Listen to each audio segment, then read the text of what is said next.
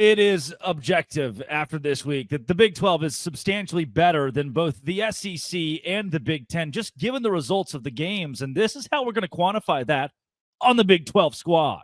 You're talking ball with the Big 12 squad. From Oklahoma State to Utah, from Kansas State to BYU, from Houston to Texas Tech, it's the local experts of the Locked On Podcast Network bringing you scoops, breakdowns, and the most comprehensive preview of the upcoming Big 12 weekend. Buckle up, it's the Big 12 squad, and we have a seat for you. No hurt feelings and thin skin allowed. Squad up, you're part of the Big 12 squad. Happy Thursday, everybody. Welcome to the Big 12 squad. He comes from the state of Oklahoma, and those boys from Norman, well, those you-know-what from Norman, roll their joints all wrong. It's Cody Stovall of Locked On Oklahoma State. Hey, he's a newly engaged man coming all the way from Boston, Massachusetts. Cameron Stewart of Locked On Baylor. Doesn't say much. Nick Maravez, Locked On Cyclones. Parker Ainsworth, host Locked On Cougs, all the way from the Tar Heel State. It's JT Wistersill of Locked On Utes. And why not? Kevin Borba bought a new house, and he's engaged of Locked On Buffs. And please welcome the baby back himself, Spencer McLaughlin of Locked On College Football. Can you say that? Is that allowed? That's the fastest we've gotten to a bleep, I think, ever. My grandmother listens to this show. By the way, in that opening segment, Drake, were you serious? I mean, I don't know. I like the Big 12. Okay, look, here's the deal. If we're talking about this week, are we talking about this week? This is a Labor Week, which starts on Monday, and the Big 12 is 1-0 this week. True. That's exactly correct. Also, if the SEC wants to hang its hat on, well, Auburn's good now, I don't think that's a good thing for the SEC Auburn's overall. Very Sorry. good. Sorry, very good. Sorry, Baylor. That's the SEC. Excellent team. I like UNLV. Yes, just like UNLV in 2024.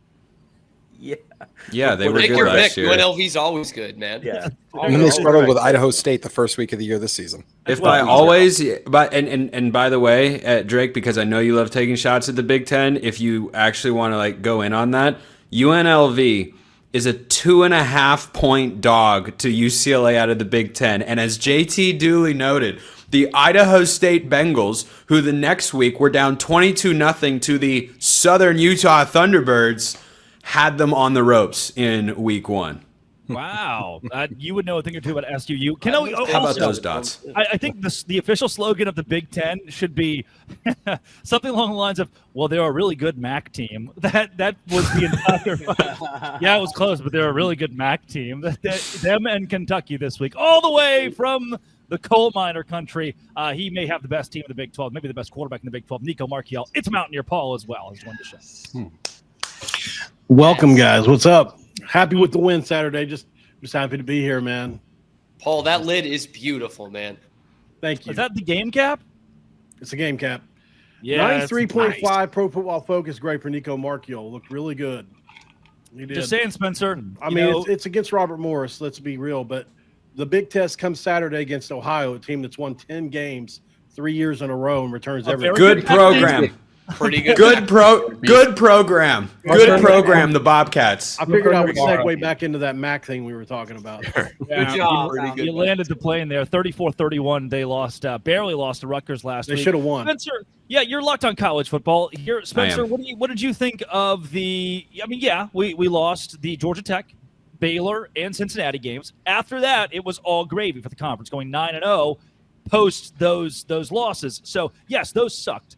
But I thought the TCU blowout on a highlight game where the country's watching was one of the most awesome things in the world. And the Utah game, I thought Utah's dominance and Utah being back, I do believe they are back, by the way. Devin Dampier looks spectacular. I think that helps bolster the Big 12 further. And even teams like Houston or Cody Stovall's Oklahoma State Cowboys that didn't get a ton of love preseason looked really good against certainly inferior opponents, but their defenses were so solid. I think they can be stalwarts in the Big 12 still. Yeah, I think overall, most conferences are actually in a pretty similar spot in that there hasn't been a radical shift through 1 week of the perception of every league. Like what you thought about a league coming into the year, as long as your head wasn't up your rear end, it's probably still what you think about that league, because the SEC's top 2 teams that played in week 1 both lost, right? High profile fashion. Texas, Arch Manning. Yikes, man. He's got he's got quite a ways to go. But then you had Best quarterback LSU. we've ever seen. Are we sure about that now? He's not the greatest we've ever seen yet. No, I don't think yet. I think he's got some development that needs to take place there. But First career start against Ohio State, though. You know what I mean? It's rough. Yeah, but I saw It's rough. Wister in some of his high school highlights, man. I did play. I played in Texas. yeah, but Way overrated. yeah, but like I don't. The SEC had some not as good outcomes. They had some really good outcomes, and then the Big 12 kind of had the same thing. And the ACC had, on the one hand, Clemson losing was bad, but then Miami wins. So overall, I'm just kind of like, yeah, everybody's right about where. Like all those games that you rattled off, Drake. The only one that I picked incorrectly, both straight up and against the spread, was Cam Stewart's Baylor Bears, who couldn't for the life of them figure out how to stop, wait for it, the RPO. It wasn't even like a complicated RPO. It was, we're going to hand it off or we're going to throw a tunnel screen, and Baylor was like, I have never seen this play before. I'm still Jim, stuck I on love you, Wister and I still love actually Baylor, did play Texas high school football. That's pretty good.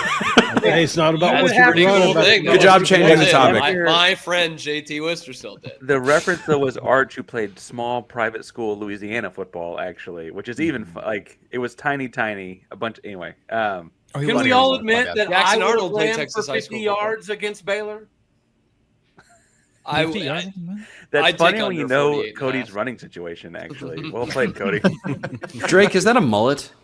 Yeah, it's been here. Did you not watch College Football Kickoff with Drake Toll, Gary Patterson, and Jesse Holley this week? I caught it. I didn't notice your hair until now. Just want to take this opportunity to say it looks terrible. What else are you looking at? Do you know what the So locked progression in is the on Coach that? P relationship. So you progression go on the- from you go from mullet to rat tail next. When I grew up in Mingo County, West Virginia, I had a rat tail, which And is he a knows shaved this head Oh and my! a rat tail coming out. And Oh, it you was awesome. okay? Do you have a photograph of that? I'd probably find one for sure. I'm not gonna lie, this is one of the least shocking things I've ever heard on this Yeah, podcast. completely. But I had a Like, rat come on. tail. Yeah, That's so sick. my dad made me get it for sure. No, he didn't. Yeah, he did. Spencer, Yep. there's He dragged you to the salon and said, Paul, you're getting a rat. Give this kid a rat tail. This dude's dead right this now. No, but he on drugged me Angus, to- West Virginia. He drugged The me to the salon. two-way. He drugged me to the two-way roller coaster at in Huntington, West Virginia. There's a roller coaster at Camden Park that is all it literally is it goes upside down this way and then comes back and goes upside down. When I was 6 years old, he drugged me up the steps. He kept calling me Root, and I'd say, "Why are you calling me Root, Dad?" And he'd say, "Because you're dumb as a tree root, son." no one at this company. No one at this company has that. We work with Chris Level. We work with Zach Blackerby. We work with some journalists. That is entertainment, and that Can't beat that. you can't. Pat McAfee would be proud, Paul. Even though Parker might disagree with Pat McAfee, but I think Pat would be proud of you. Okay, that was the hot take of the weekend. I said he's an entertainer, not a journalist, and I'm apparently an idiot. That's Well, like I a think plainly that's obvious debatable. take. I did ask for clarification. I think that's debatable. He I said mean- that you think he's an entertainer instead of an informer, and I was like, well, where's the I said line journalist. there? I Are said you not journalist. allowed to be an entertainer if you're No. a professional journalist? There are some that do both. Oh, okay. I Yeah. just Very think he's an few. entertainer, Parker's not a one. journalist. I think don't he's an that's entertainer crazy. first, but I mean, for goodness sake, he got Aaron Rodgers on Tuesday for a long time. Like, I mean, he's broken several To stories. what? Talk now. about ayahuasca and singing Kumbaya? He wasn't COVID. getting the It's an dirt on exclusive with Aaron Rodgers. Rodgers when he was the best quarterback in the sport. I mean, Epstein. but not. Being immunized, right? They talk about a lot of topics. They do. have- He wasn't. anyway, Oh, my yeah, point that is actually he's doesn't also Packers broken game plan. stories. Like I think he actually broke that Texas Tech story. The 5. I don't think anybody watches Pat McAfee to get more informed about anything. He's, But they he's do very get entertaining. informed. I didn't mean it That's a negatively. wild- He's very Yeah. As a entertaining. byproduct. I'm not saying you did. I'm definitely not accusing you of That's being- what. That's just why I'm agreeing with that guy right there, Parker. I'm just saying, like, I don't know, entertainer before journalist or informer. Like, that seems plainly obvious to me. Dude, The that was such a Portnoy jump thing. scare to hear Nick talk, man. it comes off a little backhanded compliment, you know. I see what Paul's saying here. A lot of the audio listeners for the first time are hearing Nick's voice, and I think it's a euphoric moment. You guys have been infiltrated. Let's go to Oklahoma State beating the hell out Wow, of Drake. Oregon. Wow. I'm in a Cocky much. mood That would be a- today. You are in a mood. 7th Miller Lite. Ruge This is it the ready Big 12 over here. squad. Yes, Rouge, get ready. Today's show is brought to you by Upside. Upside is exactly where I go when I need a little bit more savings. Download the free Upside app. Use promo code FOOTBALL for a 25% gallon boost right now. If you're still paying full price for gas, you're paying too much. Stop leaving money behind. Get cash, real cash back every time you fill up with the free Upside app. Simply download the free Upside app in the App Store or Google Play. Use my promo code FOOTBALL. Get 25 extra cents off per gallon your first fill up. At first, it seemed too good to be true, but then it's not. You can cash out anytime. PayPal, e-gift card, Amazon, other brands. Use code FOOTBALL. Limited time, 25 cents off per gallon bonus. Promo code FOOTBALL. Offers may vary by user and location. Go to upside.com for terms and conditions. That is Upside. Today's show is also brought to you by Mazda, dog. Mazda is where class meets impeccable drive. Mazda Custom is where you go with Mazda's moving the game forward. Brought to you by those who believe it's not just about playing the game, about redefining it.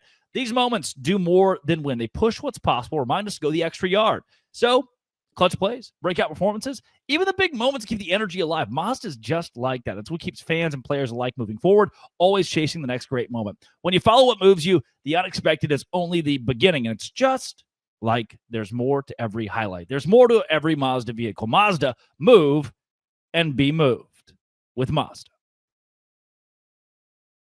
36 Nice call. hours. It could be the best 36 hours of your life. By the way. He was Like, literally I mean, drinking with old Gary Patterson last night. I watched the show from the other day, and I see him drinking in the middle of the show with Gary Patterson on the podcast. Gary I'm like, Patterson yeah, is a Ruge it ready man too. he's There's got it made right now. no doubt about Keep it. that Always man's been name, ready. my uncle's name out of your mouth. I What'd you bet say you could you got offer to Milo double and Kevin's Otis? salary for a month and he wouldn't chime into this conversation. Well, it's possible that Bill or experimented with Rougiette, and that's where the Hair Jordan logos are coming from. That's He's good. got new lifting capabilities now, fellas. I want to know what hour 27 of the 36 is like. And I also want to know, Ready to roll, Drake. That's the answer. You're ready to roll. are you scared? Is there You're like a Rugiette fear? ready. Is there a fear? Like some of the pills are like, dude, after 4 hours, call somebody. And Rugiette's like, dog, Yes. buckle the seatbelt. You're not even close to done. It's only been an entire day. 12 more hours. The moment can strike at any instant. I'll tell you who knows for sure. Pablo Torre. What? What? Have you guys not seen the Pablo Torre has stalked Bill Belichick for years now. He literally has a podcast on, like, he was the person who found out who he was dating. He even did a podcast from within the beach house that when everybody was like, what's Bill Belichick doing in this beach house? They saw him on the Ring camera that went around a few years ago, and everybody was like freaking out, like, what's he doing there? And he actually drove there. He got one of those guys that do the analyze, like, the geography and was able to find out where it was, and literally went and did the podcast episode from inside where Bill Belichick stayed.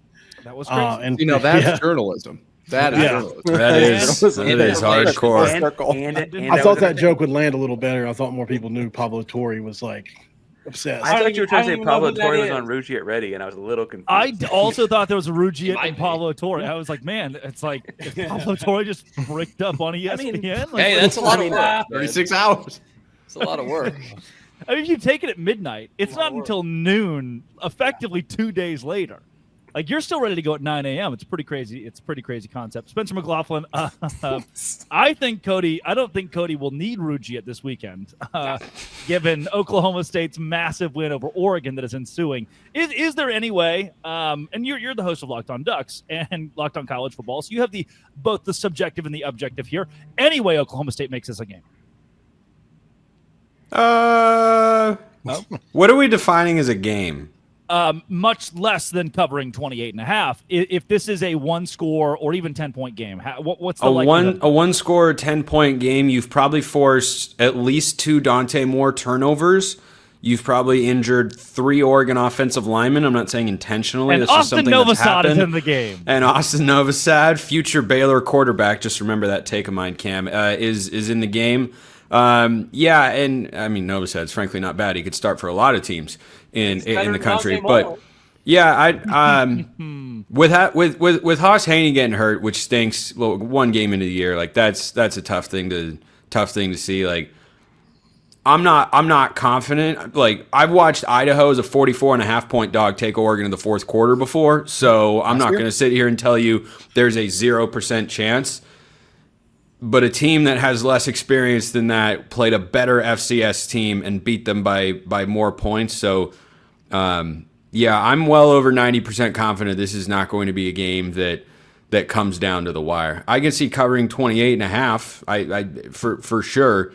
But if Oregon plays like they did last week, yeah, that's tough sledding for the Cowboys. Oh God, you can't do that, man. Now Come on. Is that off the screen? I'm not even messing around. Is that off the screen? Rattlesnake hunter himself might have something to say about You this can't one, take fellas. Mike Gundy with a rattlesnake? No. What's your deal with Mike Gundy? Just You hate okay. bullets? One day. West Coast. One day. Yes, 1,000%. I don't care. I don't care if you think I am soft. I do not care. Drake, just for that, one day we're going to meet in person, and I'm going to beat you so badly when you are not looking. It is going to bother you Does for it scare weeks. you, white boy? No, that scare was you? fine. It's the other... Mike Gundy- Cody respond, and then I'm going to leave. Drake's going to throw that up randomly the rest of the show. Throw it up. Wait, who threw it up? What's funnier is that I absolutely threw it up because it's Mike Gundy. Not really anticipating. I had no idea there was a snake thing here. I was more going for how manly Gundy is in the picture. Spencer, get it off! Get it off! I will not tell you what I've done with Woody and Buzz. I will not tell you. Anyway, So, Cody, go ahead. Any chance that thanks. you beat Montana? Oh, sorry, Cody. I was just going to bring up who Oregon beat. Could it be a little fool's gold? I mean, obviously we know Oregon's really good, but it's not like Montana State's. Listen, a lot of Oregon's FCS really teams got good. blown out over the weekend. True. Montana State is the preseason number 2 team in the FCS, so they're not like a bottom dweller at that level, but they are still at a different level. Like I was telling Oregon fans earlier this week, like let's feel good about how Oregon played and also realize like we don't have any definitive conclusions yet because you should beat a team, even the top FCS team in the country. When you're Oregon, you should beat them that badly. Oklahoma State is a... Despite what the point spread says, Oklahoma State is a good point. Despite what the point spread says, Oklahoma State should be a tougher test for Oregon than Montana State. Full stop. Thank you. I'll tell you why I think Oklahoma State's going to be tough, and I'm not even going to talk about the players on the field. It starts and ends with the fact that you mentioned potentially being soft. Your whole fan base is so Charmin extra soft today that I think that it's going to permeate over to the locker room. If Dan Lanning is really that butthurt that he looks at something so childish and views it as bulletin board material, then I'm not super worried about the physicality that Oregon's going to bring to the game. Your fan base seems to be soft over this deal, just like Dan Lanning. And if that permeates into the locker room, I feel good about the Cowboys' chances now. All right. It wouldn't be Cody's first time. I tell you what. He already said Devin Dampier would be Oklahoma State's third-string quarterback, and Devin Yeah, Dampier threw 300 total yards this past week. I did say that. It was incredible. Hey, won't be the first time, nor will it be the last. But yeah, not Cody, the first save time that for when we someone's record our crossover later. I'll see you then. Bye for now, guys. Yeah. It's not the first time someone's called Oregon soft, though, right? Like that's when they've lost big games. It's kind of been that. That's kind of been the MO. I have no idea. Well, Is he still listening? I don't know. I don't know. There's been some under Mario Cristobal, right? But Dan Lanning's done a pretty good job, right? I mean, that whole we're fighting for wins, they're fighting for clicks thing. I feel like that Oregon team is, yes, they got blown out in the Rose Bowl, but they're pretty good. Like last year overall, they were very good. I think they just ran into a juggernaut of a Buckeyes team. I don't worry about them being soft in this game. Coming up, let's do a little bit of the worst of last week with what could be the best of this week. This is the Big 12 squad. Oh, today's show is brought to you by DoorDash. If there's one thing I love, it's DoorDash. Almost the weekend. Look back at the crown. This weekend's MVP. Who delivered? Powered by DoorDash. Just like you can win every Saturday with DoorDash Streaks. Saving more every time you order. These players delivered when it mattered most. Let's break it down. That's right, the Iowa State Cyclones. Rocco Beck delivered in a big way, leading his team to a win over the number 4 FCS school in the country. When the pressure was on, Rocco came through. No hesitation, no delay. Just like Rocco Beck delivered for Iowa State, DoorDash delivers your Saturdays with DoorDash Streaks. You have every Saturday where you save. Stack it all up all season. You can save up to $250, including $100 in DoorDash credits. Order this Saturday. Keep the streak alive. Fuel your game day only with DoorDash. Terms apply. Promo period through November 18. Rocco Beck, DoorDash. DoorDash, Rocco Beck. Go to DoorDash today. Borba, you lost. Where to can you go? Well, good. Cameron Stewart's back as That's well. not Borb-tastic. Both Borba and Cam Stewart lost this week. Let's get into those of you who did not do very well. Kevin, where can you go? Yeah, I think it was a tough outing for Colorado. You forced 3 first quarter turnovers and you score 7 points off of them. And then Deion Sanders' clock management at the end of the game. He had 2 timeouts with 1 minute and 7 left, and you go home with both of them. And then still to this day, you think you made the right decision. And I don't. That was crazy. When his press conference, he's like, well, we got out of bounds a bunch, not once. He doubled down today. He doubled down again. Like you would have thought it was a post-game recap video from him again. And I just don't understand it. And now there's a quarterback controversy. He announced that the backup is going to play. He didn't say he's going to start, but he announced he's going to play. And so there's just a lot going on. And I don't really understand what the goal of any of this was, right? Sounds like Deion. A lot going on. At least you're not Kansas State, I guess. If we hit the darn plays, we would be asking these questions, Kevin.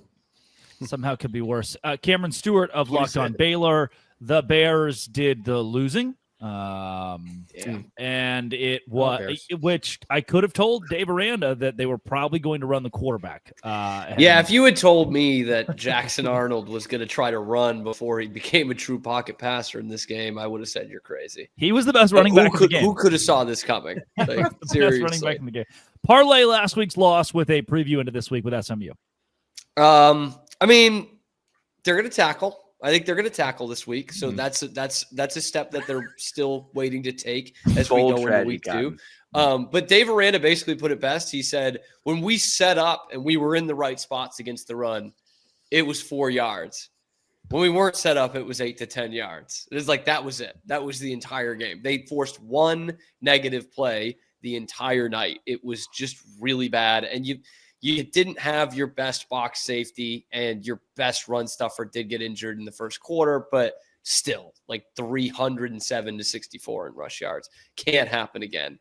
SMU's defense is not Auburn's defense, nor is it Auburn's offensive line. So I think the Bears will put up 35 points this week. Wow. The one and thing I SMU really will hope score 38. The one thing I really hope just improves. Keep going. 35-24. Okay, great. Okay. The one thing I really hope scary, though. across college football this week, the officiating. Oh my gosh, there was so many bad calls this last weekend. Cameron, in your game, the whole defensive holding when you guys sacked Jackson Arnold or whatever it was, like that was mind-boggling. There's so many just. What about the decapitated? The most obvious face mask in the history the most obvious of football. face mask. I mean, I know He it's ripped the his first week, helmet and they're saying in the replay of that, they're like, "Oh, when you show it in replay, it looks worse than it is." And I'm like, "Bro, it was." I thought his head was coming off. It's a slow motion. Cam, you got to answer this for me, though. That was not the only game the SEC went on the road but took their officials to over the weekend. What was the deal? I've never heard of that until this year. It happened in several big games. What happened? Every single one, actually. I didn't know this until I watched college football for 24 years and didn't know this. You bring the officials if you're the opposing team in a Power 4 game. So, like, the Ohio State officiating crew was SEC, and their replay review crew. The TCU, it was a Big 12 crew for TCU North Carolina. Craziness. I did not know that was a thing. Is that how you force a home and home? Like for among these big teams? I don't know, but it definitely came into play in Baylor and Auburn, which felt odd. Like I will say the LSU one, them not giving LSU that touchdown on the sideline against Clemson, like that being an SEC officiating crew too, was I don't even know how to explain. That's why I just hope that across the board the officiating needs to get better this week. True. Parker Ainsworth, you have the Houston Cougars. They play at Rice. Is Rice good now? They run a weird triple option deal that I'm trying to learn more about myself, but it's going to be odd. If anything, though, Fritz pointed out they played on Thursday last week, so you get a couple extra days to prepare. And I think it is the game that legitimately lost. End 9-3. It may seriously end 9-3. Is Connor Weigel not the best thing since spread? Hey, that'll be a good tape to send to the Big Ten, Parker. There you go. No, I will say though, y'all give me a hard time. JT already did that. Houston beat a 5-loss FCS team by more points than Arizona State beat a 5-loss FCS team, and Arizona State's getting all this hoity-toity. Sam Levitt did it. It's like we beat them by 27. Y'all won by 19. Like, talk that talk. And Utah beat UCLA, a P4 team, by more than both you guys too. So Utah's pretty good as well.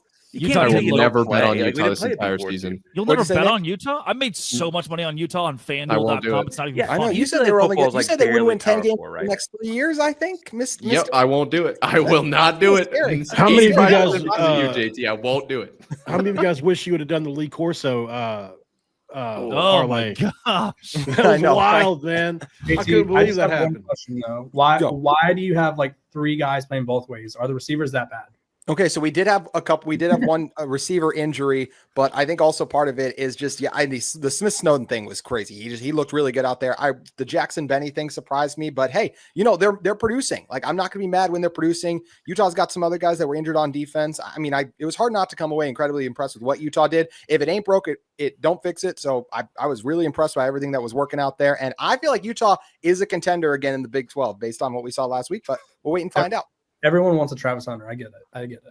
I would say if all people to question that strategy, Kevin, like that was what I thought. I just feel like I've said this on my show 1,000 times now that people are going to try to duplicate Travis Hunter, but it's going to be hard to replicate Travis Hunter. And I think Utah is taking 3 swings at it at once, right? But you remember Sione Vaki? He was pretty good a couple years ago when Utah did that. It was that was an experiment mid-season. You guys are saying things that I could never understand. My brain can't comprehend any of the words that are happening right now. There are names being thrown around. Mr. Paul of the Mountaineer variety, you were only 3-point favorites on present. You're only 3-point favorites in Athens. You're going on the road to Athens this week. It's one of the toughest places to play. How will the Mountaineers fare? It's going to be interesting. I had the play-by-play guy on earlier and spoke with him, and they're a really competent group. Like I said earlier, they've won 10 games, 3 straight years in a row. Parker Navarro is the best quarterback in the MAC by a long margin. Shocked that he was able to stay. Daquan Finn. Back in the MAC, baby. I'll go with the legacy. I mean, I get where you're going to. Finn can play. Resume.